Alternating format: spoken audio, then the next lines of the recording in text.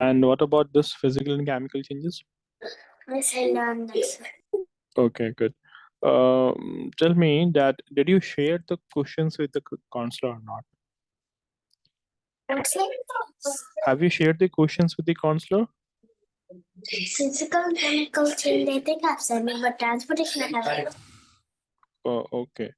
So do one thing. First, you're going to answer that one. Okay. From physical and chemical change, and then we will be continuing. Okay. Let me get your questions. Meanwhile, quickly revise it and try to send the questions for the transportation and plants and also transportation and plants and animals.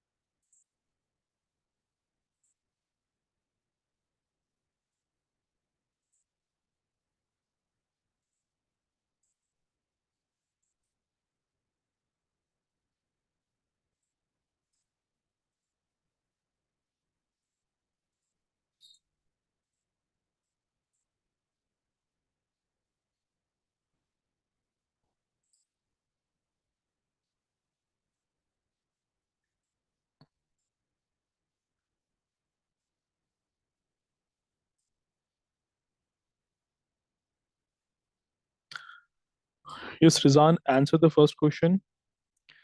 You have to classify the changes involved in the given process as physical or chemical changes.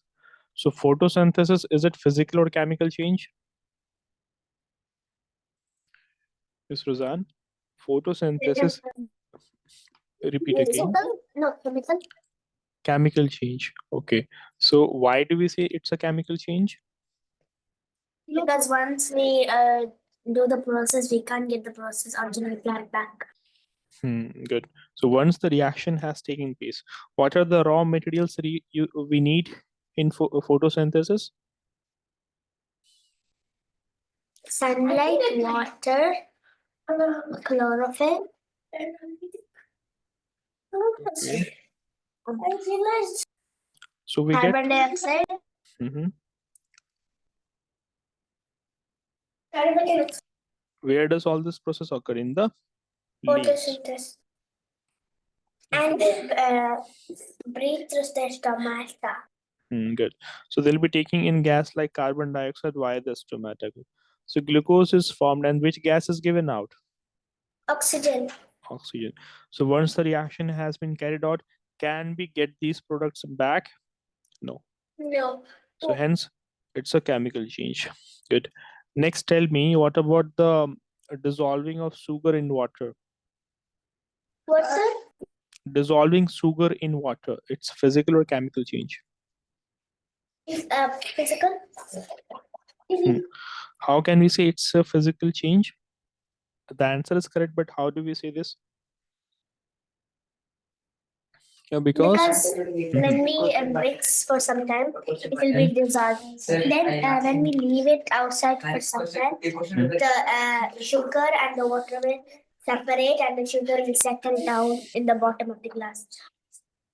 Okay, but you have to leave it for a really long period of time. Okay, or basically the water should evaporate. Okay, no? To get the sugar back from the solution of water and sugar, you need to evaporate the water.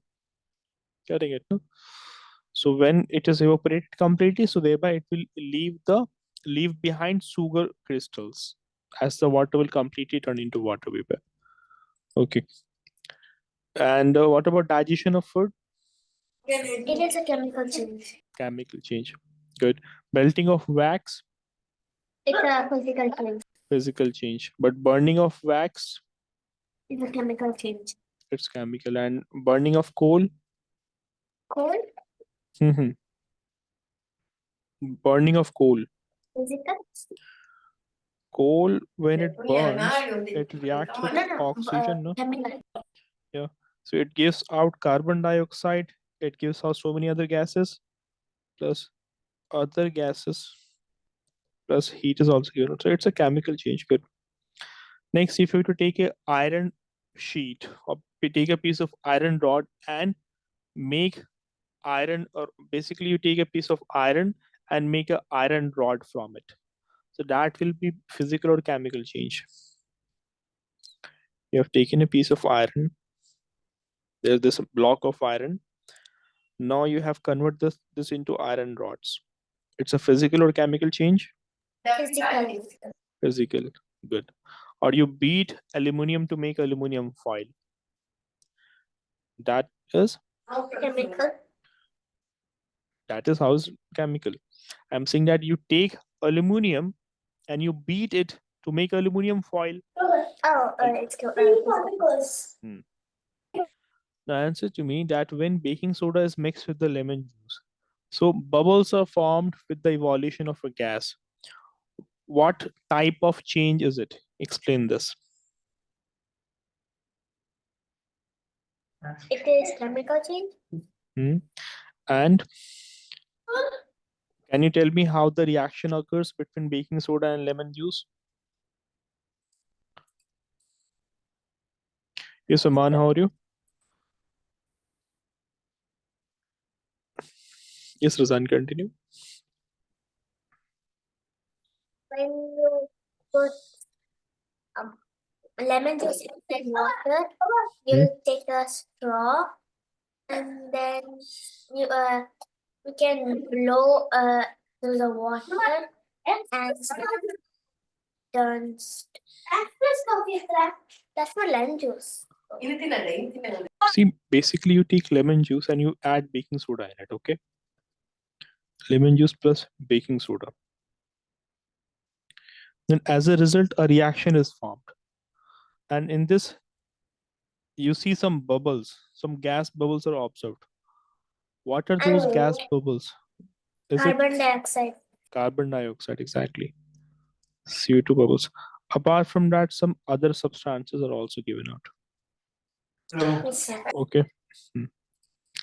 Aman, connect your mic. You're not audible. Next question. Tell me, when a candle burns, both physical and chemical changes takes place. Identify these changes.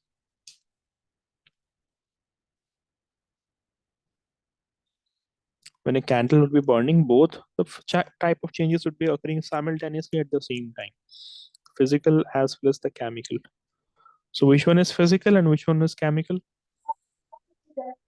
Physical, when you melt a candle, it turns into wax. Okay, so And melting.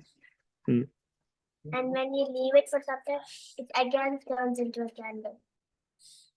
Basically, when you will be heating it now, due to the heat of the flame, some of the candle will turn into, some of the wax will melt and will again solidify. Okay, when it will be, once it will be cooling down. So wax, basically that melting of wax is a physical change. Okay, and there's one more thing here. This melted wax, some of it will evaporate also. No? Look over here. Yes, sir. What would be happening? Some of it gets melted. Like if you were to look at this top portion, it's basically in the liquid form. So it will be dripping, and later on when we would basically blow air or extinguish it, so this will turn into solid wax. Also, we see that some It of can this be chemical change also. hold. By Let us first complete this one. While some of the melted wax evaporates also, no? Some of the melted wax evaporates also. So physical change, one is the melting of the wax, another is the, yes, another is the vaporization of the melted wax. Okay. So vaporization of the melted wax. Yes. Now explain to me, how is it chemical change? um, where we light the fire, the brown color thing is there, right? What do we call it? Soot, SOOT. So Hmm. when we burn it, it cannot be reversed. It cannot be turned into a candle. Okay, tell me, have you memorized the answers for this chapter by the way? Yes, sir. You have, no? Okay, good.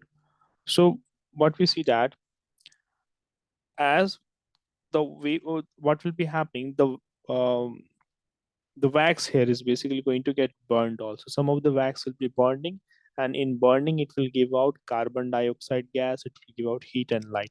Okay, then the thread of the candle that also burns. So in the chemical change, two things occur. Chemical change. Burning of wax and Exactly.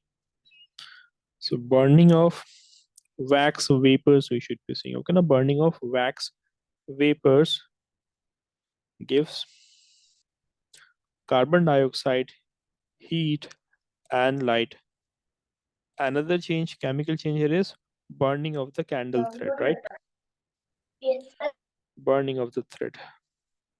So once it completely burns, you can't get it back. Okay, now continue answering the next question. Aman, you still haven't connected to the audio. How are we going to talk? Hmm. Yeah, the next question, explain to me that how would you show that setting of a curd is a chemical change, Rozan? How do you show that it's a chemical change? Remember the property of the chemical change. A yes, sir. substance with new property is formed. You cannot get the original Yes, sir. substance back. Continue. Setting of a curd is a chemical change because Hmm. you can't get the original milk back, Hmm. and the taste of the curd, it will be complete change of taste, Hmm. smell, Hmm. uh, taste, smell, color, not color, Hmm. no color, Not the color. Color taste, almost smell, remains same. yeah, taste, smell, And its chemical shape, property. shape. Shape, okay, yeah, you can say that. Okay. So basically, in this, milk turns into the curd, and it's an irreversible change. You cannot get the milk back from the curd. And we are getting a new substance with completely new properties. It has a different taste, it has different smell, and has got other different chemical properties. Okay. Okay. Now explain why burning of wood and cutting it into smaller pieces are two different types of changes. Burning of candle, when you cut it with different pieces, will be a physical change. And when you burn wood, it will be chemical change as you can't get the original wood back. Okay. And what else? Like, in what other way they are different? That's it. So in burning of wood would be basically reacting with the oxygen present in the air. As a result of this, it will give out gases like Carbon carbon dioxide. dioxide. Good.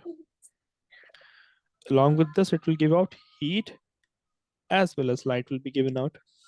Yeah. But when you are cutting it now, so you are merely chopping it into small pieces, right? So only physical properties have changed here, no? Like shape, size. Only these two things are changing here. But here you are getting carbon dioxide, heat and light is given out. Also, you can add ashes also, right now. So you're getting new substances with completely new properties. So both cutting and burning are different because in cutting of wood, we are seeing a physical change. Only the physical property like shape and size changes. But in burning of wood, new substances is given out like ash, carbon dioxide, heat and light is given out. That is the case. Okay. Now explain how the crystals of copper sulfate are prepared. First, you add some. No, first. So, what is the first step? Explain how crystals of No, copper sulfate are what is the first step? first step. Okay. So first we are going to take some water. Okay. First we'll Mhm. first we'll take some water. Then we'll take some copper. We'll boil the water.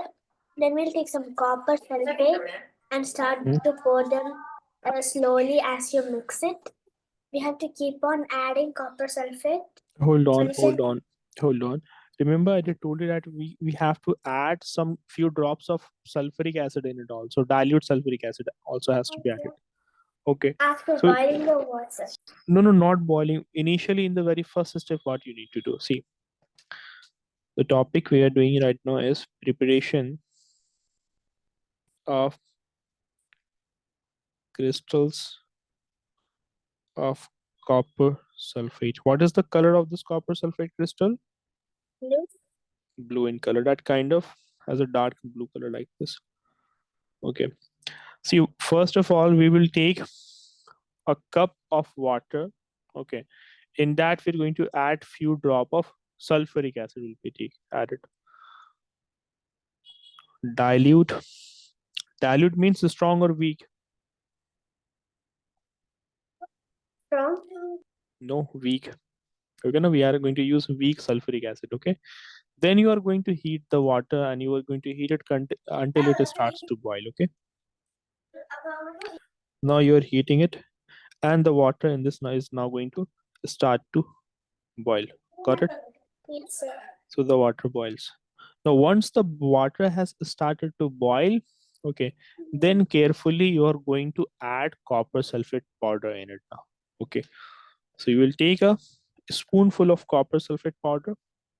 And then we'll be pouring it until no more of copper sulfate can be dissolved. Exactly. So continue, keep on adding the copper sulfate. Initially, you will take one spoonful and you will stir it. And then you will keep on adding till no more can be dissolved. Right? So then further what you will be doing? Once it cools down, you will be filtering out the solution. So basically, you will filter out the solution from here. You will take out the solution and then you will leave it for cooling for some time. Okay. So you leave, filter out the solution, and next you allow it to cool, and then at the bottom of this you will see some very beautiful copper sulfate crystals have formed here. Okay, explain this once again. First, we'll take a cup of water. Then we will add some dilute sulfuric acid. And then keep it to boil. Then we heat it. Then we slowly add the copper sulfate into the water until no more can be dissolved. Then after some time we will filter out the solution. Then we leave it for some time. Then Basically after to to cool down. Then after some time we can see copper sulfate crystals at the bottom. Well done, well done, very well explained. Good. Okay, going to the third question. Aman, you can type in the chat box like if you have any queries, any questions. Okay, you can also participate in this. You still haven't connected your audio. Please connect your audio so that we can continue the class with you also. Now the next question is explain how painting of iron gate prevents it from rusting. Painting iron gate prevents it from rusting because when you paint an iron gate, it stops it prevents the oxygen. It prevents the oxygen to make to Reaction of react oxygen. react with the rust with water and moisture. So like so is painting and prevent from being rust. Basically, it will prevent the contact of iron gate with oxygen and water, with basically moisture. So painting creates a barrier between the iron and oxygen and water, right? It acts as a barrier in between this, right? So we know that if you were not to paint the iron gate, it will react with the oxygen and water will start to form a brown rusty layer over it called as rust. So it will slowly start to corrode. Rust will form over the iron gate now. So it prevents it from rusting as the contact of oxygen and water from the iron gate is blocked. Got it now? Good. So it prevents it in coming in contact with oxygen and water. Okay, next question. Explain why rusting of iron object is faster in coastal areas than in desert. Coastal areas, I guess you understand already, right? Yes, sir. Okay, no. Mhm. Continue. Like, why is it that in the coastal areas, the rusting will be faster? Because in the coastal area there are more oxygen and water, and more moisture. Okay, there's more moisture. That is appropriate to say. Good. Why is it so? Because there is more moisture in the coastal areas. Consider that we have the coast of India, like this. Suppose that's the coastal region of India. Okay, not the complete diagram, the half diagram of India. So we see that in the coastal region, what happens? Like over here, you have the Arabian Sea. That's the Arabian Sea, and here we have Bay of Bengal, isn't it? Also, there's more water. Hmm. So what will be happening?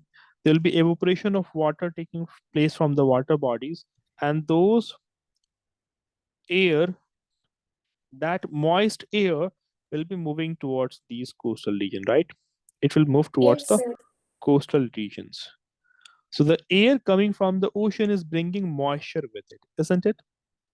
They contain high amount of moisture due to the ocean.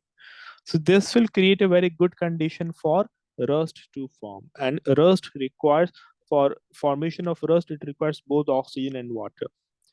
So thereby it will occur. But if you were to go to this state in India, like Rajasthan, you know about Rajasthan, right? It's Yes, a sir. hmm, basically it has the max, like it's mostly desert region. So it does not have too much of moisture. So thereby lack of moisture will slow down the process of rusting in this case. Clear? Yes, sir. Okay, try to explain this once again.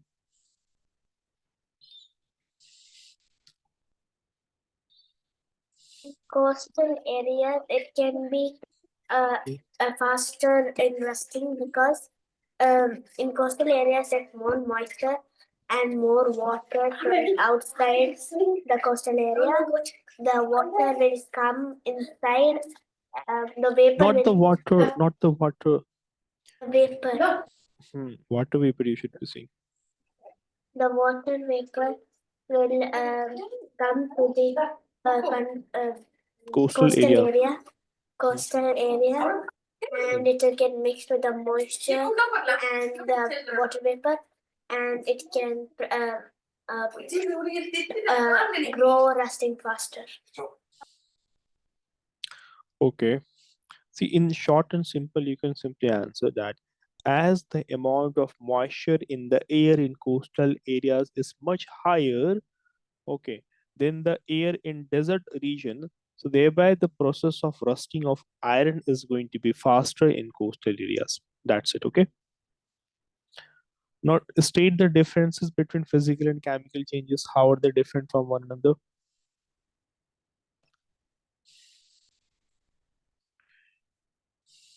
Yes, Suzanne. Physical change is a reversible change, and Hmm. chemical change is an irreversible change. Good. In physical change, no energy is produced, like less energy is produced, Hmm. and in chemical energy, more amount of energy is produced. Good. And in physical change, no new Hmm. substances are found. In chemical change, new substances are formed. Yes, good. And Will the property of substance change? And a physical change, properties of substance will not change, and in chemical change, properties of substance will be changed. Hmm. So in physical change, only physical properties of the substance will change, like shape, size. Getting it? These things will be changing. Okay, very good. Also, we see that no energy is given out or absorbed, mostly in the case of the physical change. But in the chemical change, we see that it can be given out, can be absorbed also during it. Okay. Okay. Now tell me, suppose if I were to provide you with a copper sulfate solution. Okay. What is the color of the solution going to be if it has copper sulfate in Green, it? Copper sulfate, blue, blue no. So this one is going to be blue. But suppose if you were to dip a iron nail in it, will be then what's green. going to happen? The solution or the iron nail will turn green. Solution will turn green, right? Good. That's the So why is it going to turn green? What has happened basically? We also see that the iron nail will have a brown layer of copper getting deposited over it. zinc. So explain this, like what happens when an When an iron nail gets dipped in a copper sulfate, oxygen will um, bind with cop the there iron. is no oxygen over here. We are not talking about oxygen here. On one hand, you have this iron nail, that is iron. On the other hand, you have this solution called as copper sulfate.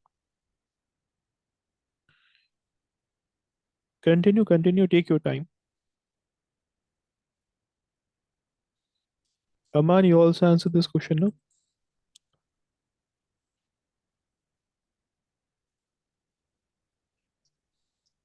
Doesn't turn your camera on while you're answering.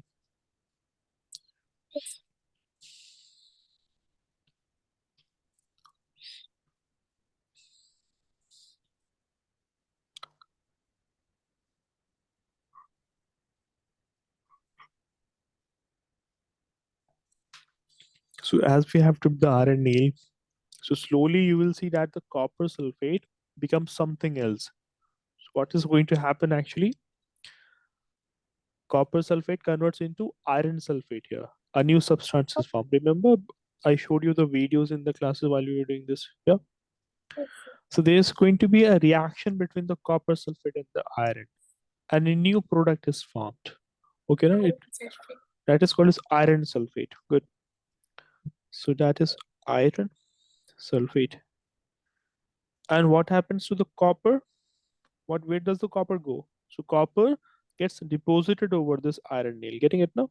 So copper will deposit over it. So copper is deposited over there. Deposited, deposited on iron nail. So that's the reaction which happens. And what about the color of iron sulfate? So it is Green. green. Okay, now try to explain this once again. Yes, sir. When an iron nail is dipped in copper sulfate, um, it Copper sulfate turns solution. Copper copper sulfate sulfate solution. solution. Hmm. It forms a new solution, iron sulfate solution. Then copper gets deposited on the iron nail, and the color of the solution will be green. Very good. And the iron nail will have a brown deposit over it. Okay, now there'll be a brown layer of copper that gets deposited over it. Okay, good. Now explain what is galvanization and why is it done? Why do we do this? Galvanization means a layer of zinc.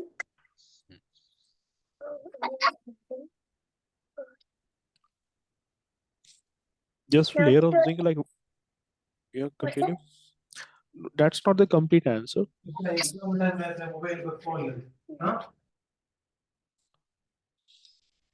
See, we know that iron easily rust if it comes in contact with moisture and A layer oxygen. of zinc on iron. Okay, the process of applying a layer of zinc on iron is called as galvanization. Okay, no? That is called as galvanization. And why is it done? It is done to To protect prevent iron, from rusting. to prevent the iron from rusting. Good. Okay, so that was the total question in your worksheet. Yeah. Okay. Now you have memorized some other chapter, transportation plants animals. You have or not? You have no. Okay. Did you share the questions? Not that. No, you should have shared it. No, can you share it right now?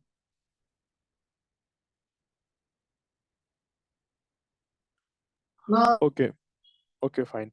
Tell me, have you memorized the answers from the chapter physical? Sorry, this acid, bases, and salts. Yes, sir. You have. Okay, so we'll be doing that. Aman, but you still haven't responded. You neither have connected the audio. How are we going to supposed to continue then? Hmm. Okay, anyways. So from acid, bases, and salt, answer first of all to me the very first question. Read the first question you have. It's, I think, it's about differences between acid and bases, right? Yes. Okay, tell me how are they different from one another?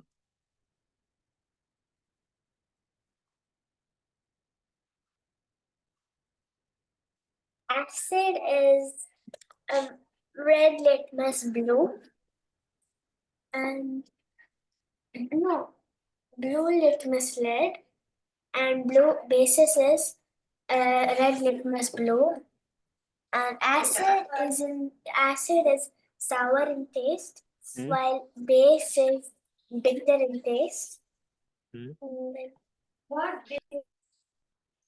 Okay, that's it.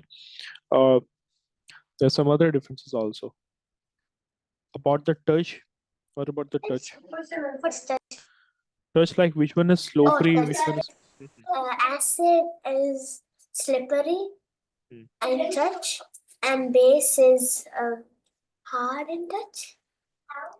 Bases are Hard in bases are touch. soapy to touch. Okay, and acids are simply not soapy to touch. Oh. Okay, no. Hmm. Okay, so the first difference, as you stated there, okay, it's clear. Now tell me that you know about the window cleaners, right? So in the window cleaners, which chemical is added? Which chemical is added in the window cleaners? And that chemical, is it acid or is it base? Acid. No. Ammonia is added in the window cleaners, no? Okay. Ammonia is added in the window cleaners and it is acidic in nature, okay? Used in the window cleaners. And its nature is basic. Okay, next tell me, state at least 4 substances with the type of acid present in them. Mention at least 4 substances with the type of acid present in them. You can name the edible substances. Okay, no? You can name anything Sir, like. can you see the question again? Question is name at least 4 substances with the type of acid present in them. Orange, uh, lactic acid's there. No, orange does not have lactic. No, it has citric acid. Citric, No, citric. citric acid is there. Yes, sir. And does muscle cramps count? Lactic acid causes muscular cramp. Yeah. Hmm. Like I asked if muscle cramp count. Mhm. So citric acid is present in it. Okay, and And turmeric, tartaric acid is found. not turmeric. It's tamarind. You're trying to say tamarind. Oh, tamarind. Yes. Mhm. Good. So it has tartaric acid. 4, right? Yeah, 4. That's 2 only. What about the curd? Curd, lactic acid. Lactic acid. Good. And Yes. Like we have many fruits other than this. Like what about vinegar? Mhm. Vinegar, it's used in the kitchen. It is acetic Ammonia. acid. No, no. Acetic acid is present in it. Okay. Okay, sir. Keep that in mind. Okay. Then further tell me that which acid is present in the stomach?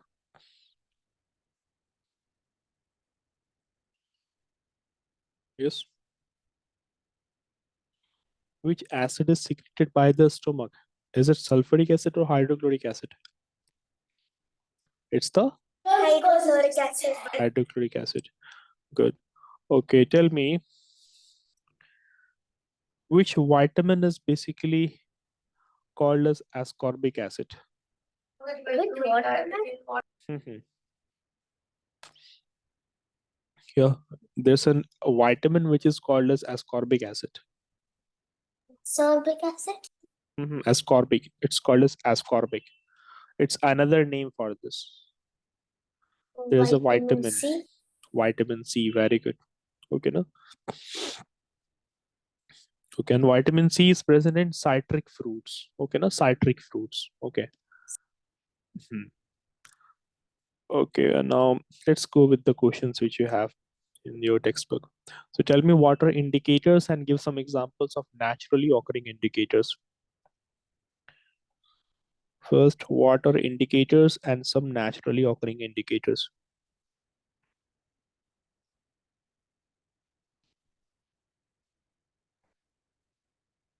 Here,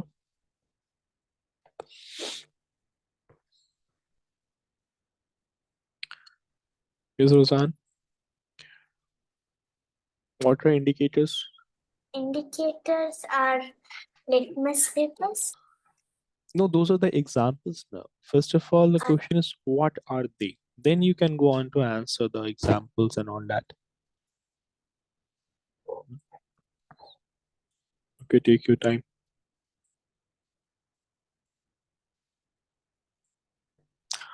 We see that indicators are the substances that can be used to check whether a given substance is acidic or basic in nature.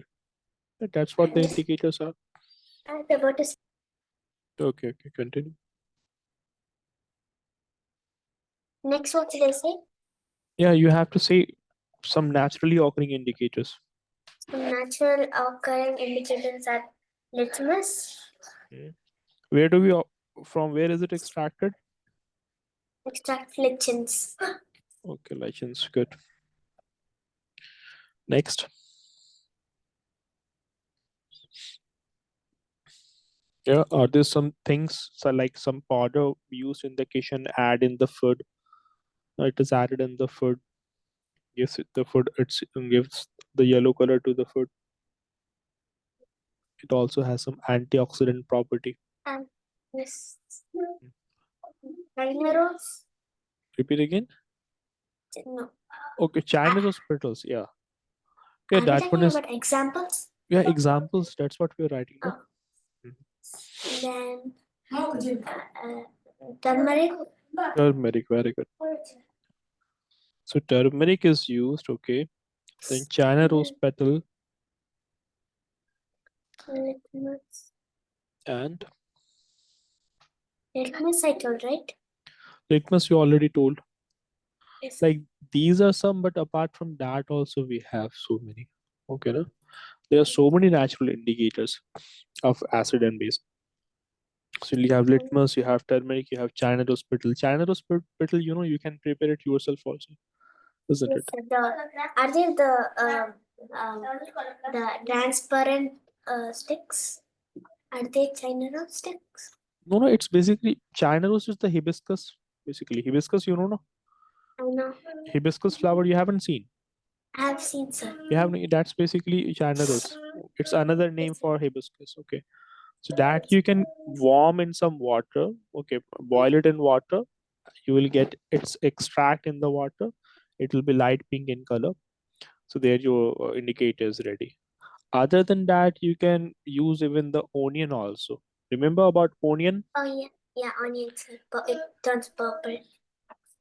No, onion does not turn purple. Onion is a olfactory indicator. Okay, no, it will be its smell would be changing when it comes in contact with acidic or basic solution. Getting it? Okay, no, that is what happens here.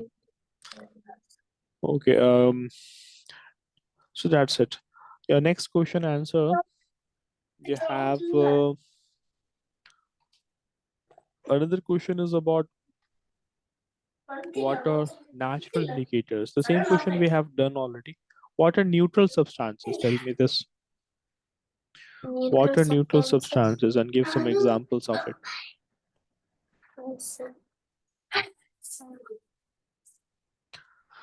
So substances which are neither acidic or basic are called as neutral neutral. substances. Okay. And what are some of its examples? Mm, Drinking water. Yeah. Drinking water, common salt solution, Sugar. sugar solution, blood. Yeah, isn't it? Blood. Yeah. How will it be blood? Blood also has a pH level around 7. Okay. So it is also neutral. Correct. But the better examples, you can quote examples of common salt solution, sugar solution, or drinking water. These are these are neutral substances. Okay. Uh, Next question, you have to explain the effect of indicators on acid and bases. Okay. So tell me how the different indicators are going to behave. Suppose you have the litmus paper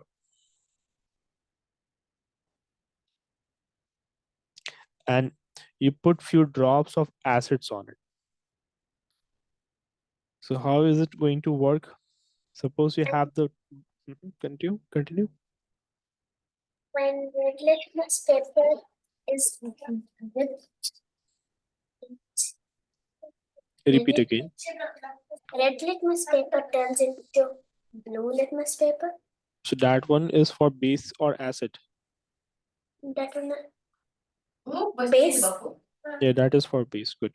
So if we have taken a red litmus paper, okay, you have taken a red litmus paper and you add few drops of bases on it. Okay, now you put some drop of bases on it. So that will turn into blue color. Okay. Okay. And what about the acid? You have Then taken a you Mhm. take blue litmus paper. A blue litmus paper turns into red litmus paper is Good. acid. Very good. So if you put few drops of acids on it. Okay. So we see that blue to red or red to blue. Good. What about the turmeric? By the way, no, you can yourself prepare this turmeric indicator. You can prepare paper strips of turmeric powder. Turmeric will turn into red. We did Repeating, the activity already in sixth you standard. had. Oh, good. So you guys had Like, prepared this already. Mhm. yes, it will turn red. In acids, it will turn red or it will remain yellow only. In acids, In acid will turn yellow. yeah, basically remain yellow. We'll say that. Okay, Yes, sir. because the natural color of turmeric is yellow, so it remains yellow. Okay, next, what about the base? Will turn red, Red. isn't it? So it turns reddish. Okay, then you have the phenolphthalein, right? Phenolphthalein was also there. Does it have any color or is it colorless? Phenolphthalein. And colorless. It is a colorless substance. Okay. If you were to add few acid in it, will there be any effect or will it remain No. colorless? It will remain colorless.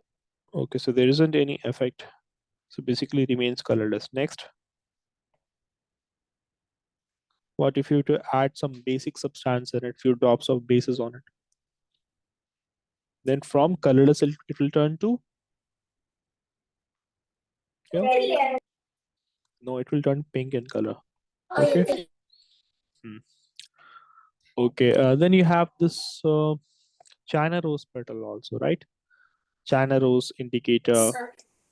or basically the hibiscus flower, same thing. So China Yes, sir. rose petal, that is taken as an indicator. And remember that when we extract it, it will give you a light pink color, right? It gives you a light pink color. So its color is light pink. The extract has a light pink color. What will happen if acids were to be dropped from light? What if acids were to be dropped into the China rose petal solution? When you add few drops of acid in this, what happens? From light pink, it turns into And dark pink. Okay, now from light pink, it will turn into dark dark pink. pink. That is basically magenta color. Okay, and what about the base if you were to add basic substance in it? It will be light pink. No, no, no. If you were to add base in it, it will basically turn green in color. It will turn green in color. You need to take a look at some of the slides once again, I guess. See.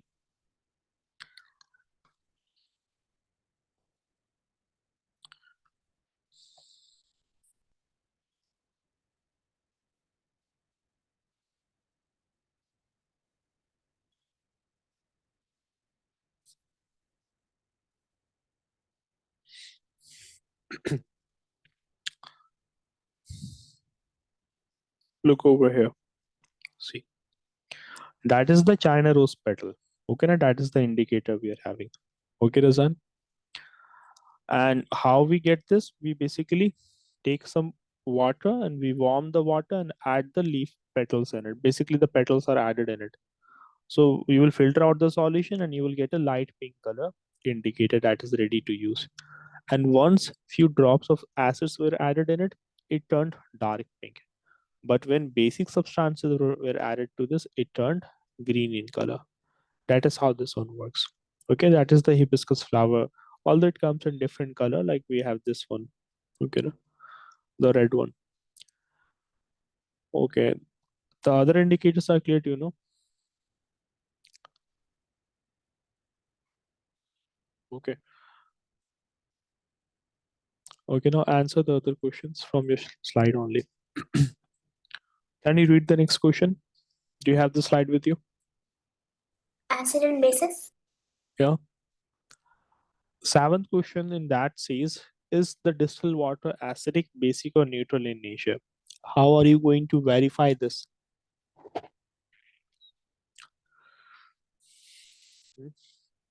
Distilled water, yes. Yes, sir.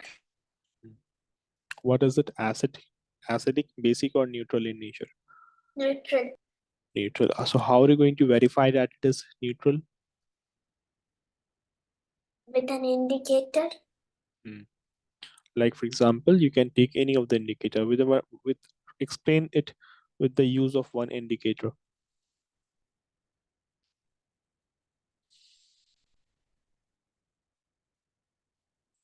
We explain it. Red acid litmus paper. Red litmus paper. Hmm. So we will see that there will be no change in the color. Okay, now even if you were to take a red litmus paper or the blue litmus paper, when you will be dipping that into this distilled water, there will be no color change. Good. Describe the process of neutralization with the help of an example. Describe what is neutralization. Yeah, Razan, what is this? Okay, okay, try to recall this. Although us like we have learned about neutralization, it's daily life neutralization we have learned.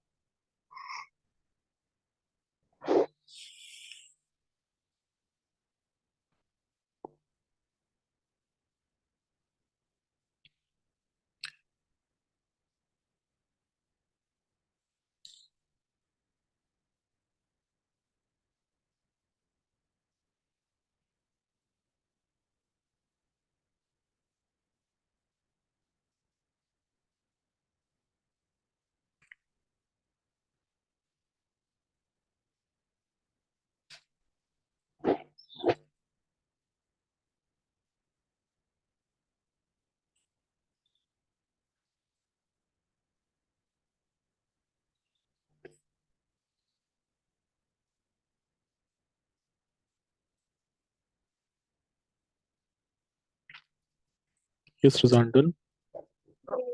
When an acid and base is mixed, Hmm. both both the solutions Hmm. uh, neutralize each other. Okay. Then example, What are the products obtained in the neutralization reaction? See, acid and base would be reacting to give water and a salt is given salt, out. Okay. Water and salt is given out. Give one example.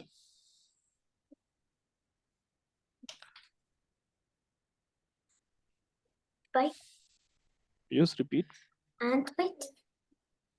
No, No, no. no. You have to quote one example of like where you will be having one example of acid and you will be having a base. Both of them will be reacting together like that. You have to quote an example. No? See, Yes. see, like I didn't understand it too. Question is you have to give one example. See, the example is like this. Now you have hydrochloric acid that reacts with sodium hydroxide to give out salt and water. That is the Phen, example you have to quote. phen, Getting it? phenolethrin, Repeat again. Susan, repeat once again. phenolethrin,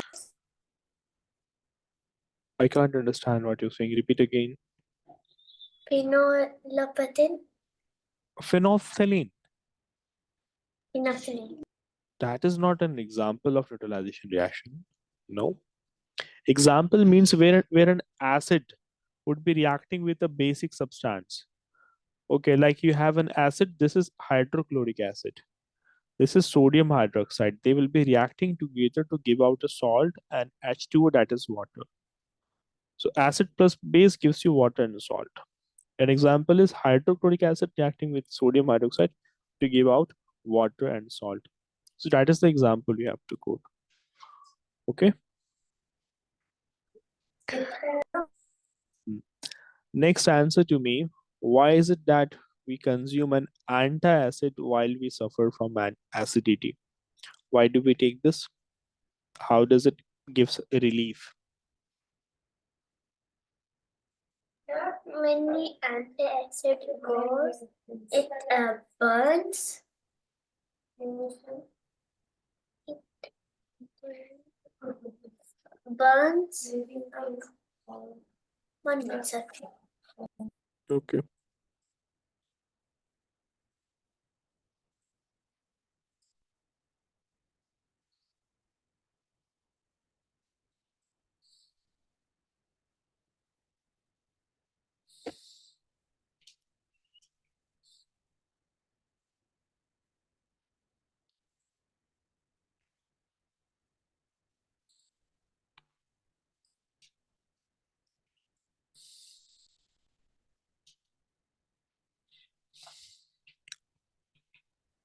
Here's the question.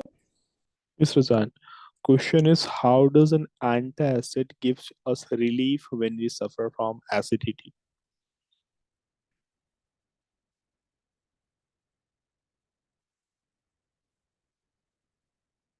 Yes.